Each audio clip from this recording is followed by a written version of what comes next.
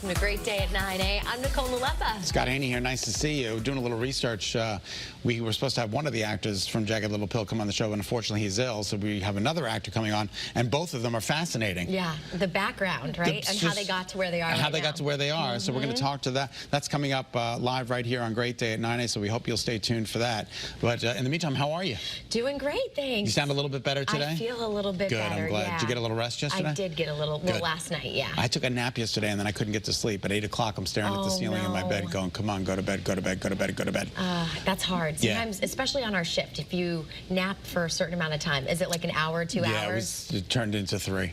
Oh, so you slept, basically. I slept, that was your nice. Yeah, it was like, that was a nice little nap. I set the alarm for 4 p.m. so I can get up and watch Eyewitness News, and then I woke up, it was 5:30. Oh, geez. I was like, whoa. Did you miss your dinner? I did. I ate a heavy lunch, so I didn't have any dinner. Look at you. Yeah, I'm trying to be good. More milk before you went to bed again? Yes, and my hot water bottle, too. Oh, my hot water. Sweet. All right. Well, speaking of bed, bunk bed families, listen up, because there's a recall we want to make sure you're aware of. Walker Edison Furniture is recalling more than 120,000 twin bunk beds due to fall hazards. So the company says the wooden slats that support the beds can actually break. That's not good. We know that they were sold online through Amazon, Walmart, Home Depot, and some other retailers. And we know that already one person has been hurt.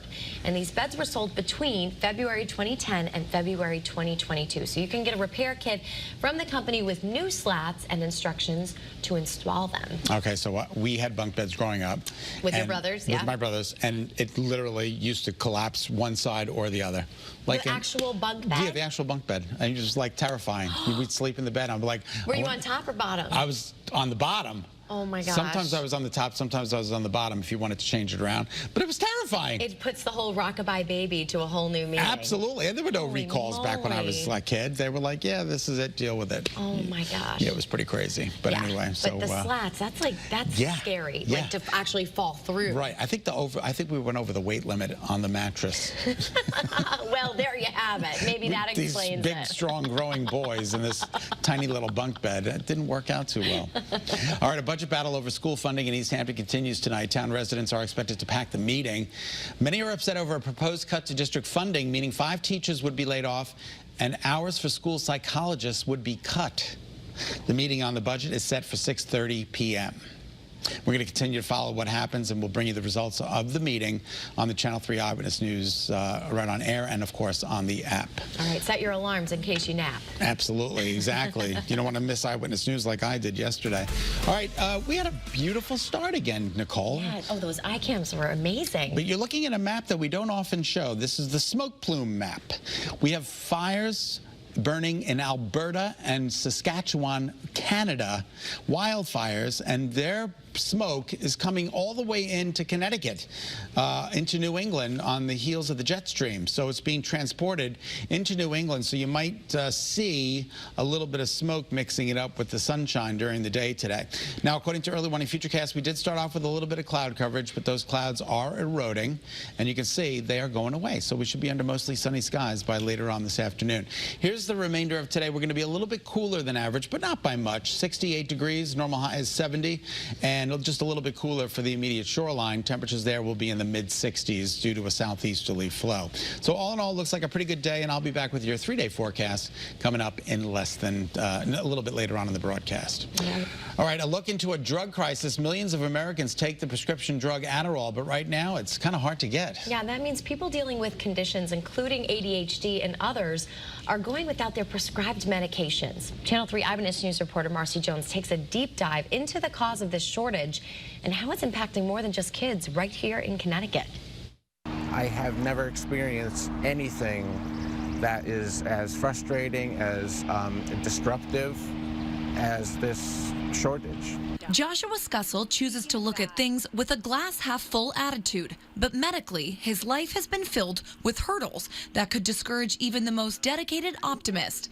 Today, he's not alone. Some 41 million Americans are prescribed Adderall, a controlled substance that stimulates the central nervous system and can be life-changing for patients with a number of conditions, including ADHD, narcolepsy, MS, and depression.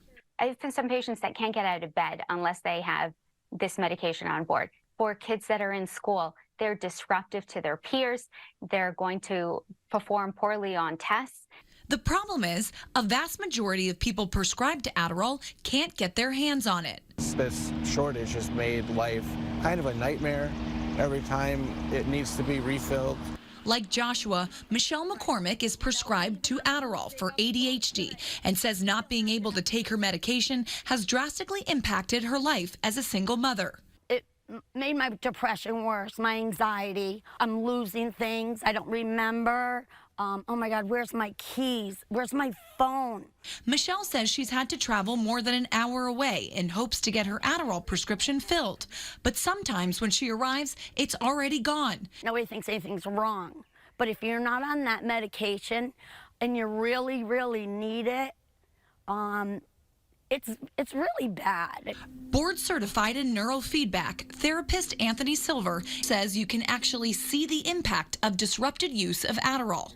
If you're used to taking a powerful stimulant every day and suddenly you can't get it, there are really significant effects. Your brain chemistry adjusts to taking this medication every day, and when you can't take it, you crash. The FDA announced an official shortage of Adderall last year.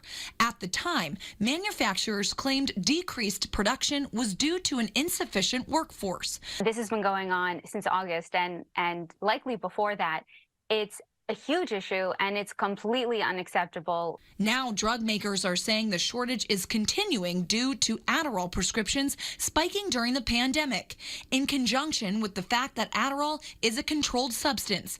The Drug Enforcement Administration sets strict limits on the quantity of active ingredients drug makers are allowed to produce in a period of time. If the DEA does not increase the quantity limit, drug makers can't increase their production speed. You just have to get through it. There's no other option. You know, you wake up in the morning and just get through the day until it's time to wake up the next morning. Marcy Jones, Channel 3 Eyewitness News. And Marcy Jones is actually here with us in the studio to take us further inside how the shortage of the critical medication is really impacting people. Happy to have you in the studio with us, Marcy. Me as well. Good story, good story. I know, you guys. I didn't even think my key card actually worked until I tried it. No, it's they really were like, nice. you can sit on the couch. You can sit on the one couch. time. Yeah. This is pretty incredible. So this is a big deal. It's a big deal, yes. And I think there were a couple surprising things to me when I really took a deeper dive into this. Number one was the big ripple effect, the impact. So it's adults, it's kids. We're hearing that students are having trouble with their classes, getting kicked out of class because, you know, ADHD is a lot of talking, hyperactivity, Yeah, sure. trying to stay on task, and that's hard when you're trying to learn. And then also for adults, like you heard Michelle say, she missed a lot of her appointments. She got social anxiety because when she would have a conversation, her mind would go somewhere else, and she would say, oh, I'm sorry, what was the question? What did you ask? Just because it's hard to kind of block out all of the noise that are, you know, in a lot of the brains of people that have ADHD. Right. The other thing that I found surprising is the lack of compassion. So a lot of people felt like pharmacists were kind of just like, Well, sorry, that's that's it. We don't know when it's coming in. And a lot of it is out of their hands, but there's just kind of a lack of empathy right now for people in this situation. So Right. We need a that's little tough. bedside manner We need all to around. be kinder to each other. Yes. Absolutely. So what about the alternative plans for those who need this and are having trouble getting That's it? kind of the second question that everybody asks, right? Like, what am I supposed to do? So as far as medication goes, we never want to tell you what you're supposed to take medication-wise. The best thing you can do is talk to your PCP, or a lot of people go to a psychiatrist to get kind of medicinal alternatives. So other ones that people have been prescribed are Focalin, Vyvanse, Concerta. But again, you want to check with your doctor. And then also, this is a good time if you are in between prescriptions, you can get reevaluated to see if you still were where you were at while you were first diagnosed. Because sometimes your changes and your needs change. All right, so you might not need as much as you thought you once needed. Exactly. Thanks a lot, Marcy. Great Appreciate your information. time. Thanks, guys. Good to see you in you. person. Yes.